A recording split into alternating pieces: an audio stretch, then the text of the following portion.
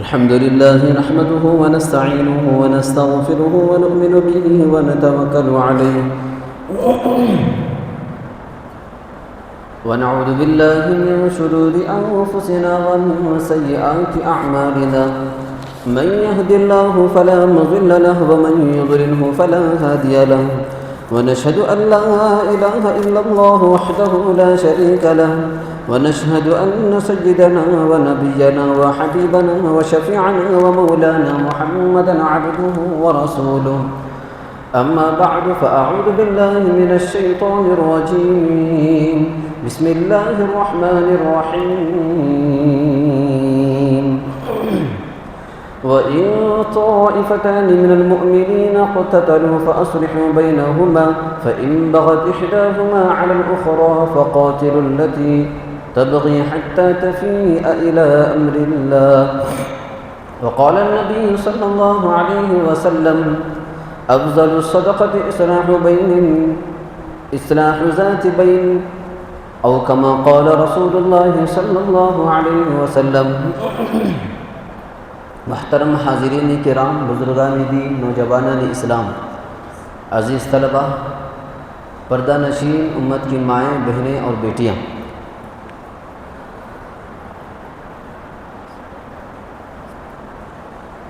اجڑ گئے وہ باغ جس کے لاکھوں مالی تھے، اجڑ گئے وہ باغ جس کے لاکھوں مالی تھے، گیا جب سکندر دنیا سے تو اس کے دونوں ہاتھ خالی تھے. زندگی میں یہ ہنر بھی آزمانا چاہیے، زندگی میں یہ ہنر بھی آزمانا چاہیے، اگر جنگ اپنوں سے ہو تو ہار جانا چاہیے. غلطیوں سے جدا تو بھی نہیں میں بھی نہیں، غلطیوں سے جدا تو بھی نہیں میں بھی نہیں، ہم دونوں انسان ہیں، خدا تو بھی نہیں میں بھی نہیں.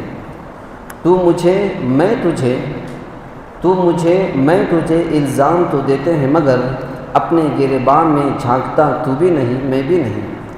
غلط فہمیوں نے دوری پیدا کر دی ہے ورنہ، غلط فہمیوں نے دوری پیدا کر دی ہے ورنہ، برا تو بھی نہیں میں بھی نہیں.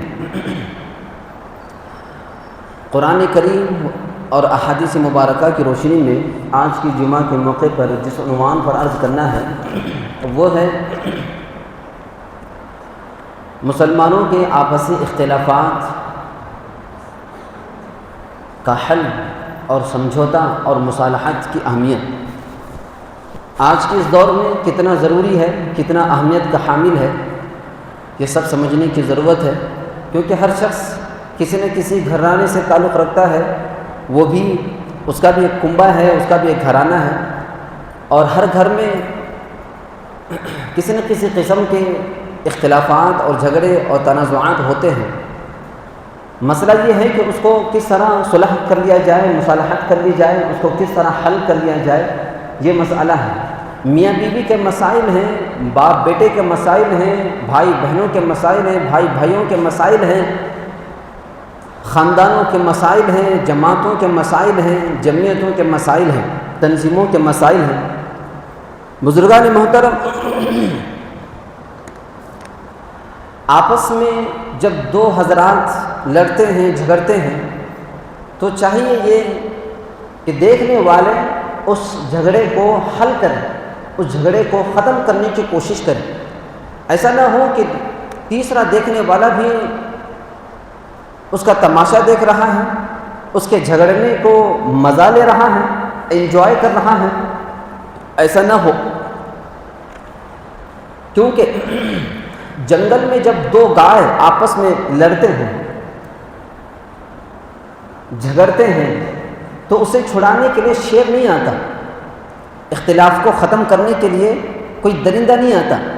دو ہرن آپس میں لڑ رہے ہیں، اب ان کے جھگڑے کو چھڑانے کے لیے شیر نہیں آتا، یا دو شیر آپس میں لڑ رہے ہیں تو ان کے دونوں کے آپس کے جھگڑے کو ختم کرنے کے لیے کوئی اور نہیں آتا، کیونکہ وہ جنگل ہے. انہیں مصالحت کا نہیں معلوم، انہیں اتحاد کا نہیں پتہ، انہیں اتفاق کا نہیں پتہ، معاشرے میں کیسے رہا جاتا ہے ان سے کوئی سروکار نہیں ہوتا. وہ جنگل ہے لیکن یہ دنیا ہے. آپس میں جب کوئی جھگڑ جائے، لڑ جائیں، تو اس کو کس طرح مصالحت ان کے درمیان پیدا کی جائے، صلح کر لی جائے، یہ مسلمانوں کا، یہ انسانوں کا کام ہوتا ہے۔ انسان تیسرا دیکھنے والا اس بات کی ضرور کوشش کرنی چاہیے کہ ان کے آپس میں اتفاق ہو جائے، اتحاد ہو جائے۔ اگر جنگل میں اور سماج میں، معاشرے میں کوئی فرق نہ ہو، دیکھنے والا تیسرا آدمی بھی صرف تماشا لے رہا ہے، تو پھر جنگل میں اور سماج میں کیا فرق رہے گا؟ جانوروں میں اور انسانوں میں کیا فرق رہے گا؟ بھائی بہنوں میں اور ہرن اور گائے میں، بیل میں، بکریوں میں، انسانوں میں کیا فرق رہے گا؟ فرق یہی ہے کہ ہمیں جینے کا سلیقہ آتا ہے اور جانوروں کو جینے کا سلیقہ نہیں آتا۔ وہ لڑتے جھگڑتے ہیں، ان کے پاس معاشرے کے مسائل موجود نہیں ہیں۔ قرآن مجید میں اللہ جل جلالہ عما نوالہ نے ارشاد فرمایا وَإِن طَائِفَتَانِ مِنَ الْمُؤْمِنِينَ اقْتَتَلُوا فَأَصْلِحُوا، جب مسلمانوں میں سے دو گروہ آپس میں لڑ جائیں، قتل و قتال تک نوبت آ جائے، تو چاہیے کہ آپس میں سماج، قوم کے بڑے حضرات، قوم کے بڑے افراد، سمجھدار اور دانشور انسان چاہیے کہ ان کے درمیان صلح کرائیں۔ اللہ کا لفظ یہ ہے کہ صلح کرائیں، فیصلہ نہ کرائیں، کیونکہ فیصلوں سے نفرتیں اور بڑھتی ہیں، مصالحت سے نفرتیں ختم ہو جاتی ہیں، مصالحت سے نفرتیں ختم ہو جاتی ہیں، فیصلوں سے نفرتیں اور بڑھتے ہیں۔ آپ اپنے مسائل کو، اپنے گھریلو مسائل کو، اپنے میاں بیوی کے مسائل کو، اپنے بھائیوں کے مسائل کو، اپنے پراپرٹی کے مسائل کو، اپنے وراثت کے مسائل کو، دو خاندانوں کے مسائل کو، دو دوستوں کے مسائل کو اگر آپ جج کے پاس لے کے جاتے ہیں، کورٹ کے پاس لے کے جاتے ہیں، وکیل کی طرح لے کے جاتے ہیں، تو وہاں فیصلے ہوتے ہیں، وہاں مصالحت نہیں ہوتی، کیونکہ ایک فریق اپنے وکیل کو پیسے کھلا کر مالدار ہے، اس کو خرید کر، اس کے ضمیر کو خرید کر اس کے حق میں فیصلہ جج کر بھی دیا جائے، اور فیصلہ ہونے کے بعد وہ ہارنے والا بھی زندگی بھر نفرت لے کر جیے گا، جیتنے والا بھی زندگی بھر نفرت لے کر جیتا ہے۔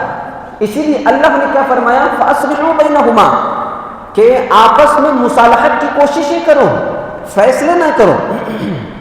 فَإِن بَغَتْ إِحْدَاهُمَا عَلَى الْأُخْرَى فَقَاتِلُوا الَّتِي تَبْغِي، اگر کوئی ایک فریق آپس میں ضد کر بیٹھے کہ نہیں میں مصالحت نہیں کروں گا، میں ظلم بہرحال کرتا رہوں گا، اپنا حق دباتا رہوں گا، اپنا حق مارتا رہوں گا، اگر وہ کسی اپنے ضد پر رہے فَقَاتِلُوا الَّتِي تَبْغِي حَتَّى إِلَىٰ أَمْرِ اللَّهِ، تو قوم کے دانشور حضرات کو چاہیے کہ اس فریق پر پوری طرح دباؤ ڈالے، پریشر ڈالے، اور اتنا پریشر ڈالے کہ وہ اللہ کے اس فیصلے پر، حکم پر لوٹ کر آ جائے، اسے یوں ہی کھلا سانڈ کی طرح نہ چھوڑے، اسے یوں ہی فرعون کی طرح نہ چھوڑے، اسے یوں ہی نمرود کی طرح نہ چھوڑے، بلکہ اسے اللہ کے حکم کو ماننے پر دباؤ ڈالے تاکہ معاشرہ نہ بگڑے۔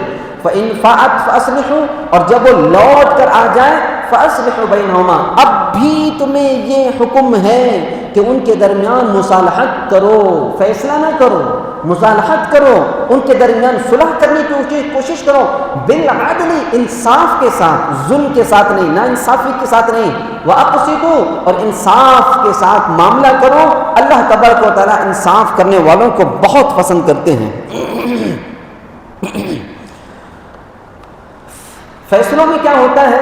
فیصلوں میں ضمیر خرید کر، پیسے دے کر فیصلے ہو جاتے ہیں، جس کا حق ہوتا ہے اس کے حق میں فیصلہ نہیں ہوتا، ظالم کے حق میں فیصلہ ہو جاتا ہے اور مظلوم کے حق میں فیصلہ نہیں ہوتا۔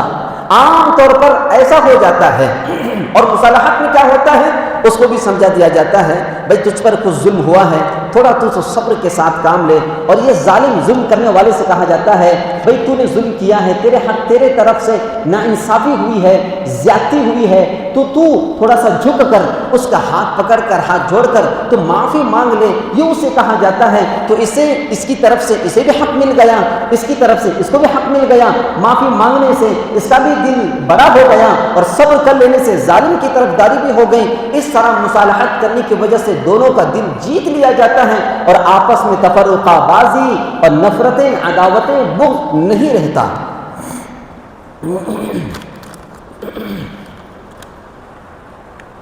دوسری جگہ اللہ نے فرمایا وَإِنِ امْرَأَةٌ خَافَتْ مِنْ بَعْلِهَا نُشُوزًا أَوْ إِعْرَاضًا فَلَا جُنَاحَ عَلَيْهِمَا أَنْ يُصْلِحَا بَيْنَهُمَا صُلْحًا وَالصُّلْحُ خَيْرٌ۔ ایک عورت میاں بیوی ہیں، شادی ہو گئی، بیوی بھی ایک طرف اچھی ہے، شوہر بھی بہت اچھا ہے، دونوں کی دونوں دیندار ہیں، دونوں کی دونوں نیکوکار ہیں، اب لیکن جب یہ آپس میں ملتے ہیں تو ایک دوسرے کے حقوق ادا نہیں کر پاتے، دونوں کی سیٹنگ نہیں ہو رہی، لیکن دونوں کی دونوں اچھے ہیں، پابند ہیں، سب کچھ ہے، لیکن دونوں کی سیٹنگ نہیں ہوتی۔ اللہ یہاں کہہ رہا ہے، اس کو یوں مثال سے سمجھیے، چائے ہے، دودھ بھی اچھا ہے، چائے پتی بھی بہت برانڈ کی ہے، اچھی ہے، لیکن دونوں جب مل جاتے ہیں تو ایک زہریلی چائے بن جاتی ہے جو انسان کی صحت کو خراب کرنے والی بن جاتی ہے۔ لیکن سماج اس مثال کو نہیں سمجھتا، کیونکہ چائے کے سب عادی ہیں، صحت کو کیا خرابی اس سے پیدا ہوتی ہے، تندرستی اس میں کیا فرق پڑتا ہے، یہ پیوٹ لوگ نہیں سمجھ سکتے۔ تو دونوں کی دونوں اچھے ہیں، آپس میں ان کی سیٹنگ نہیں ہو پا رہی، جس کی وجہ سے اللہ کا حکم یہ ہے فَلَا جُنَاحَ عَلَيْهِمَا أَن يُصْلِحَا بَيْنَهُمَا صُلْحًا۔ اب ان دونوں کے لیے اس بات کی کوئی گناہ کا کام نہیں ہے کہ یہ دونوں کے دونوں آپس میں مصالحت کر لیں۔ بیوی کو کیا چاہیے؟ مفسرین نے لکھا ہے بیوی کو یہ چاہیے کہ وہ اس کی زوجیت میں رہے اور شوہر کو دوسرا نکاح کرنے کی اجازت دے دے، اور بیوی اپنے شوہر کو یہ اپنا حق معاف کرنے کو اپنا دل بڑا کر لے کہ میں اپنی طرف سے تیرا نان و نفقہ معاف کر دیتی ہوں، سکنا معاف کر دیتی ہوں، اپنی باری وقت معاف کر دیتی ہوں، تو دوسرا نکاح کر لے، لیکن مجھے زوجیت میں رکھ لے، کیونکہ زوجیت میں رہے گی تو عافیت سے رہے گی، بیوہ بن کے رہے گی تو دوسروں کی نگاہیں پڑے گی اور بعد میں چل کر گناہ میں مبتلا ہونے کا اندیشہ ہو سکتا ہے۔ تو لہٰذا اللہ تبارک و تعالیٰ کا یہ حکم ہے۔ اللہ آگے فرماتا ہے وَالصُّلْحُ خَيْرٌ، وَالصُّلْحُ خَيْرٌ، چاہے جو بھی ہو جائے، یہاں تفریق کے سارے مسائل سامنے ہیں، دونوں کے دونوں آپس میں سیٹنگ نہیں ہو رہی، دونوں آپس میں جدا ہونے کو تیار ہیں، تفریق ہونے کو تیار ہے، لیکن پھر بھی اللہ تبارک و تعالیٰ یہ کہتا ہے یہاں بھی توڑ مت کرو، یہاں بھی تمہیں چاہیے کہ مصالحت کرو، مصالحت تمہارے لیے ہر چیز سے بہتر ہے۔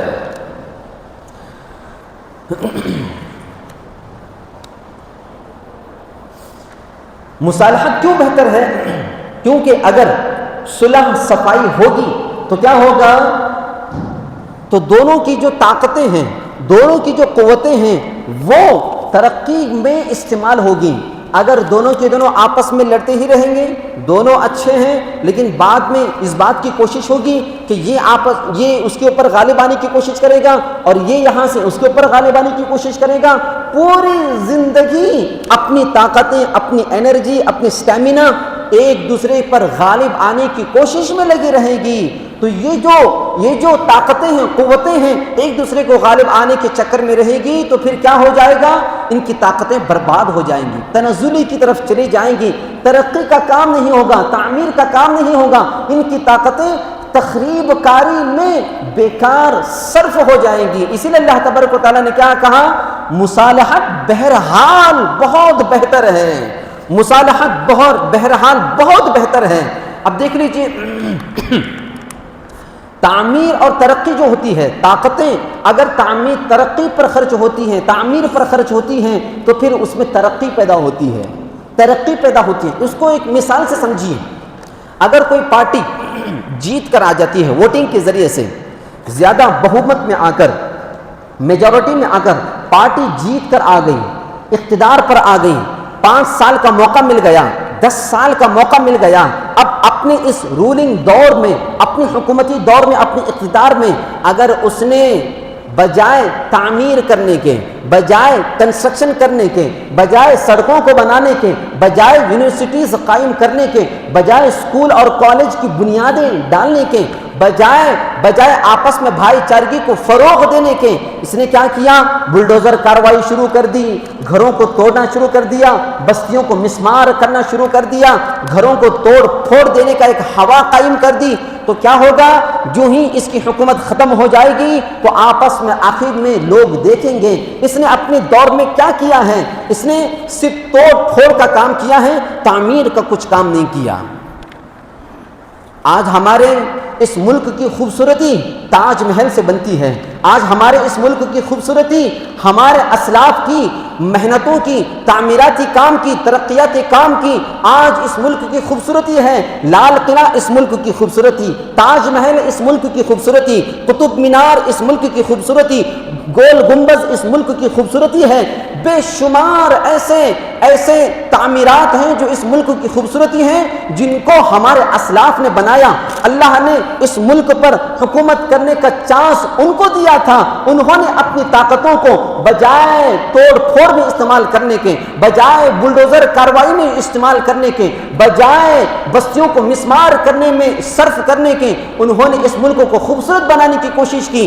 آج 400 سال بھی گزر گئے، 500 سال بھی گزر گئے. آج لوگ لال قلعے کو جب دیکھتے ہیں تو دیکھنے والے یہ کہتے ہیں کیسے لوگ ہوں گے جو ایسی خوبصورت عمارتیں بنا کر کے چلے گئے. تاج محل کو جب دیکھتی ہے پوری دنیا تو یہ کہنے پر مجبور ہو جاتی ہے کیسے وہ بادشاہ ہوں گے جو اس ملک کو اتنا خوبصورت بنا کر کے چلے گئے. یہ کہنے پر مجبور ہو جاتے ہیں جبکہ 400 سال کا عرصہ گزر گیا، 500 سال کا عرصہ گزر گیا، لیکن آج بھی امت اور لوگ اس کو یاد کر رہے ہیں.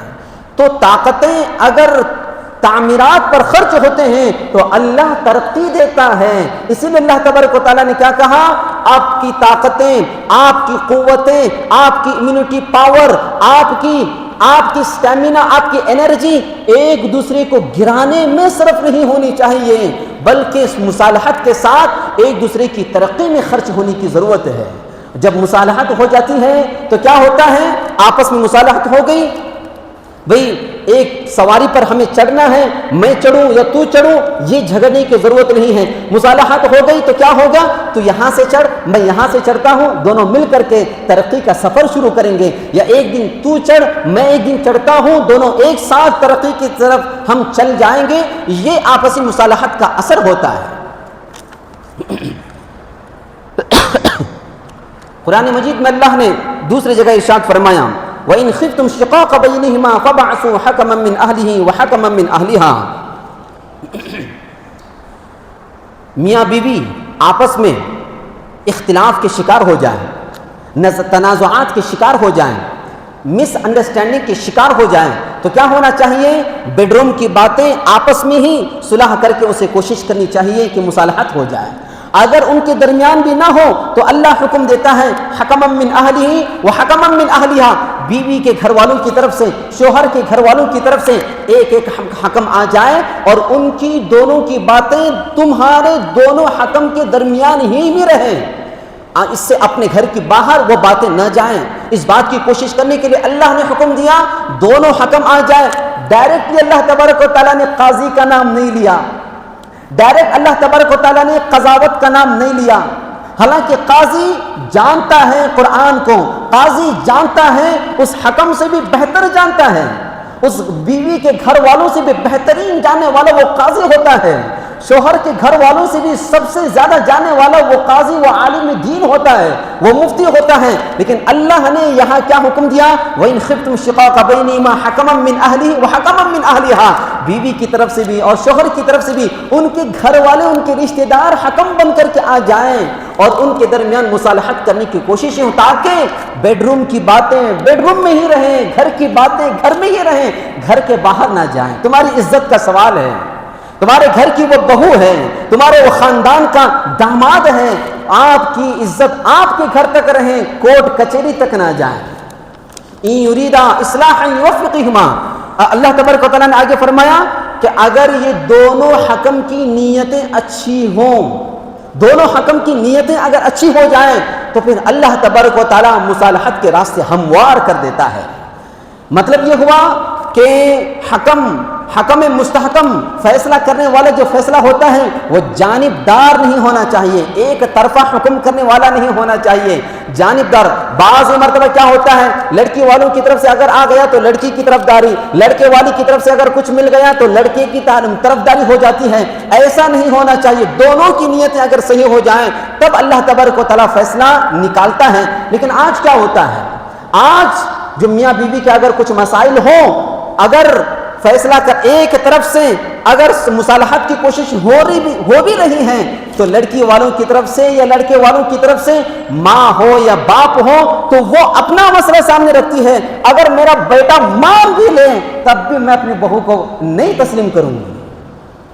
اگر میری بیٹی مان بھی لے تو میں اپنے داماد کو تسلیم نہیں کروں گا. کیوں؟ میری انا کا مسئلہ ہے, میری اس نے عزت نہیں کی. اللہ یہاں یہ کہتا ہے کہ ان دونوں میاں بیوی کی زندگی کے بارے میں سوچو, اپنا مسئلہ بعد میں رکھو. ان یریدا, لیکن حالانکہ میاں بیوی کے مسائل میں آج کل زیادہ تر کیا ہوتا ہے کہ ان دونوں کی خیر خواہی اور رحم دلی اور ہمدردی ایک طرف ہو جاتا ہے اور آپس میں ٹکراؤ, آپس میں جھگڑے اور آپس میں اپنے ایک دوسرے کی طاقت دکھانے میں وقت صرف ہو جاتا ہے. تو اللہ تبارک و تعالیٰ کہتا ہے کہ آپس میں حکم کی جانب سے سامنے رکھو اور مصالحت کرنے کی کوششیں کرو. لیکن آج مسائل بہت برے ہو چکے ہیں.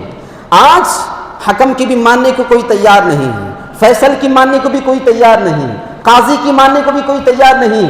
مانیں گے تو کھڑے ہو کر پیشاب کرنے والے اس جج کے فیصلے کو مانیں گے, مانیں گے تو وہ رامائن کو پڑھنے والا, وہ دنیا داری کو پڑھنے والا, وہ اپنے ضمیر کو رشوت کی بنیاد پر بیچ کر فیصلہ کرنے والا, اس کے فیصلے پر ماننے کو تیار ہوں گے. یہ قوم کیسی قوم ہے؟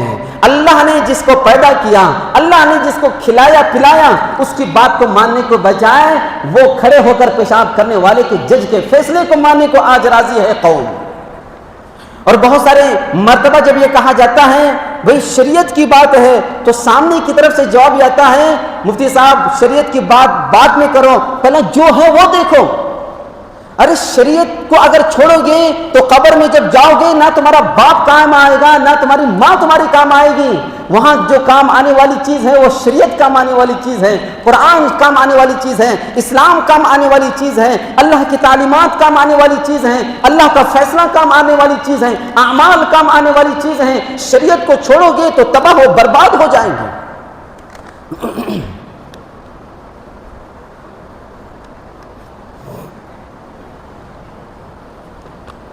یہ جو آیت نازل ہوئی وَإِنْ خِفْتُمْ شِقَاقَ بَيْنِهِمَا فَبَعَثُوا حَكَمًا مِّنْ أَهْلِهِ وَحَكَمًا مِّنْ أَهْلِهَا, مدینے کے اندر شوہر کا نام حضرت عمران رضی اللہ عنہ اور بیوی کا نام ام زید رضی اللہ عنہ. ام زید نے کہا کہ میں میکہ جانا چاہتی ہوں, اپنے ماں باپ کو ملنے کے لیے جانا چاہتی ہوں.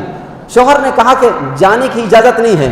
وہ ضد پر رہ گئی اور پھر یہ بھی ضد پر رہ گیا. اس کو گھر میں لاک کر دیا, فرسٹ فلور میں جا کر بند کر دیا اور کسی بھی طرح ام زید نے یہ بات اپنے ماں باپ تک پہنچا دی.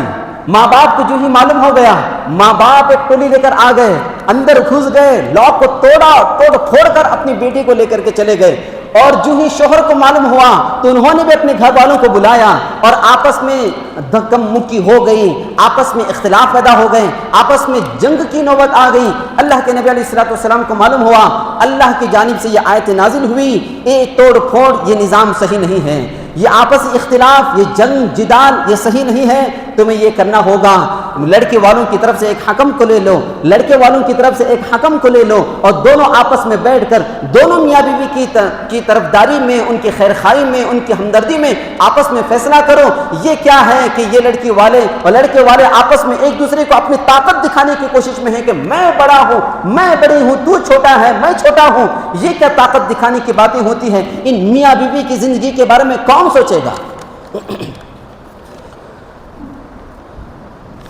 فقہا نے لکھا ہے کہ یہ آیت صرف میاں بیوی کے فیصلوں, میاں بیوی کے مسائل پر نہیں, بلکہ اگر دو بھائی آپس میں لڑ جائیں تب بھی یہی مسئلہ, دو جماعتیں آپس میں لڑ جائیں تب بھی یہی مسئلہ, دو خاندان آپس میں لڑ جائیں تب بھی یہی مسئلہ ہے کہ حکم کو لے لو اور فیصلے کو اور مصالحت کی کرنے کی کوشش کرو اور اختلافات کو دور کرنے کی کوشش کرو. اب مسئلہ یہ ہے کہ یہ مصالحت کیوں نہیں ہو پاتی؟ کیونکہ جو دونوں فریق ہوتے ہیں ان دونوں فریق میں سے ہر فریق کو تین چیزیں اپنانے کی ضرورت ہوتی ہے. سب سے پہلی چیز یہ ہے اللہ کے حکم کی عظمت دل میں ہونی چاہیے کہ اللہ کا حکم جو بھی ہو گیا, مجھ سے بھی غلطی ہو گئی, تجھ سے بھی غلطی ہو گئی, اب جو ہے مسئلہ سامنے رکھو, میں اپنے آپ کو سدھارنے کی کوشش کرتا ہوں. اللہ کا حکم سب سے پہلے.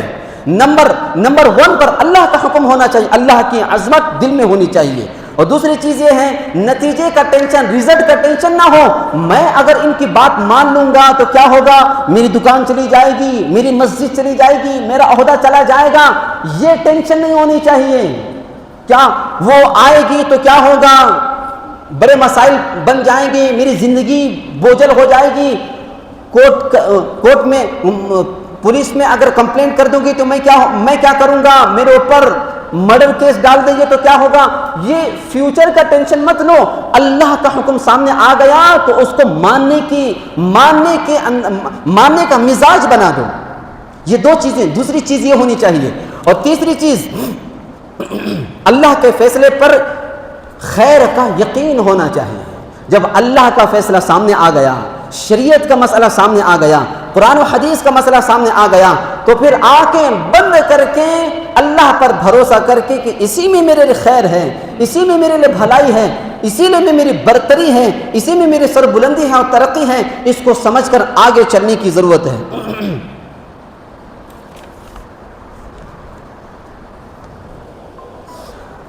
حدیث پاک میں اللہ کے نبی علیہ الصلوۃ والسلام نے ارشاد فرمایا، آپسی مصالحت کی اتنی اہمیت ہے، آپسی صلح کی اتنی اہمیت ہے، اتفاق اور اتحاد کی اتنی اہمیت ہے۔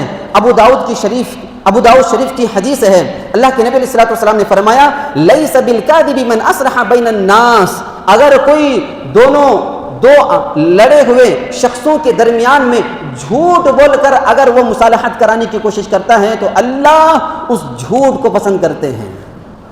دو آپس میں لڑے ہوئے شخص کے درمیان اگر کوئی سچ بولتا ہے اور اس سچ کی وجہ سے اور دوریاں بڑھتی ہیں اور فاصلے بڑھتے ہیں اور جھگڑے کو فروغ دیا جاتا ہے، اللہ اس سچ سے ناراض ہو جاتے ہیں، اس سچ سے اللہ تبارک و تعالیٰ سخت غضبناک ہوتے ہیں۔ تو جھوٹ بول کر بھی اگر کسی کو جڑانے کی کوشش جڑایا جائے تو اسے جھوٹ بول کر مصالحت کرنے کی کوششیں کرنی چاہیے۔ شریعت کا ایک مسئلہ ہے، اگر کوئی مرنے والے نے وصیت کر دی اس کے ایک شخص کے حق میں اور پراپرٹی اس کے نام پر کر دی، زمین جائیداد اس کے نام پر کر دی، میت مرنے والا مر گیا، اور جب مر گیا تو پراپرٹی کی تقسیم کی جب باری آئی، وراثت کی تقسیم کی جب باری آئی، اولاد آپس میں لڑنے لگے، باپ نے کیا کر دیا، میت نے کیا کر دیا، مرنے والے نے کیا کر دیا، ہم کو تباہ و برباد کر دیا، اور اولاد ایک دوسرے پر جنگ کر رہے ہیں، لڑ رہے ہیں، ایک دوسرے کو ختم کرنے کی جانی دشمنی میں پڑ چکے ہیں۔ ایسے میں شریعت کا حکم یہ ہے کہ جس کے حق میں وہ وصیت کی ہوئی ہے اسے اس بات کی اجازت ہے چپکے سے وصیت کو بدل دے، چپکے سے وصیت کو بدل دے۔ وصیت کرنے والے نے وصیت کر دی ہے، چپکے سے اگر اس نے ایسی وصیت بدل دی جس کی وجہ سے وہ آپسی جھگڑا ختم ہو سکتا ہے، اللہ اس کے اس دغا بازی، اس کے اس چپکے سے بدلنے کی وجہ سے اللہ اتنا اس کو پسند کرتے ہیں، اللہ تبارک و تعالیٰ اس کی اسی وقت مغفرت کر دیتے ہیں۔ یہ ہے اتحاد اور اتفاق، اسلام کے اندر اتنی اہمیت ہے، مصالحت اتنی اہمیت ہے، لیکن آج مصالحت کو کوئی پسند نہیں کرتا۔ ہر شخص اپنے آپ کو شریف بننے کی کوشش، اپنے آپ کو شریف سمجھتا ہے، کوئی اپنے آپ کو غلط پر، اپنی خامیوں کو، اپنے عیب پر کوئی نظر نہیں رکھتا، حالانکہ اپنے عیب یقینی طور پر ہوتے ہیں، سامنے والے کے عیب وہ گمان کے طور پر ہوتے ہیں۔